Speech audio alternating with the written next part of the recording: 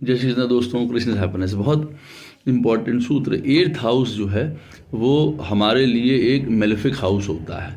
वहाँ पे बैठे हुए प्लैनेट्स ये शो करते हैं कि हमने स्वयं उन प्लैनेट्स के लिए बैड कर्मा किया है। स्वयं ने मंगल बैठा हुआ है, इसका मतलब हमने किसी के साथ क्रोध, लड़ाई झगड़ा, एब्यूसिवनेस हमने स्वयं करी हुई है। चंद्रमा अगर हमारे एट्थ हाउस में बैठा हुआ है तो हमने किसी दूसरों के इमोशंस को बहुत हर्ट किया हुआ है, स्वयं हम उसमें इन्वॉल्व थे।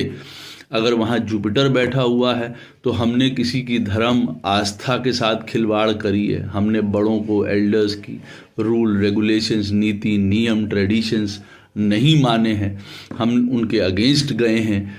ये हमारा अपना बैड कर्मा है। शुक्र बैठा हुआ है तो हमने अपने जीवन में लोगों को के साथ जो है प्रेम में छल किया है, चीट किया है, हमने उनका फ़ायदा उठाया है, ये हमारा बैड कर्मा है। बुध अगर हमारे एट्थ हाउस में बैठा हुआ है तो हमने लोगों से जीवन में कम्युनिकेशन जो है वो शॉर्डी रखी है। कहने का मतलब है झूठ, चपेट, चालाकी, मैनिपुलेशन। कम्युनिकेशन में हम बहुत ज़्यादा क्लियर नहीं थे, सत्यवादी नहीं थे, तो हमने उस तरीके से लोगों को परेशान किया है।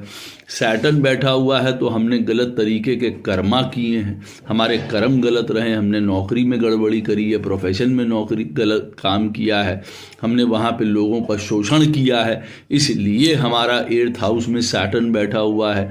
केतु बैठा हुआ है तो हम लोगों के साथ बहुत ही एक इग्नोरेंट या डिटैच्ड फीलिंग वाला हमने आउटलुक रखा है कि हमने अपना काम करना है, हम दूसरे की हमें परवाह नहीं है, किसी भी चीज़ की, घर परिवार पैसा किसी की हमको परवाह नहीं है, ये काम किया है। राहु अगर बैठा है तो हमने लोगों को चीट किया है। अब वहाँ पे जो राशियाँ होंगी वो हमको और बताएगा कि किस तरीके से चीट किया है।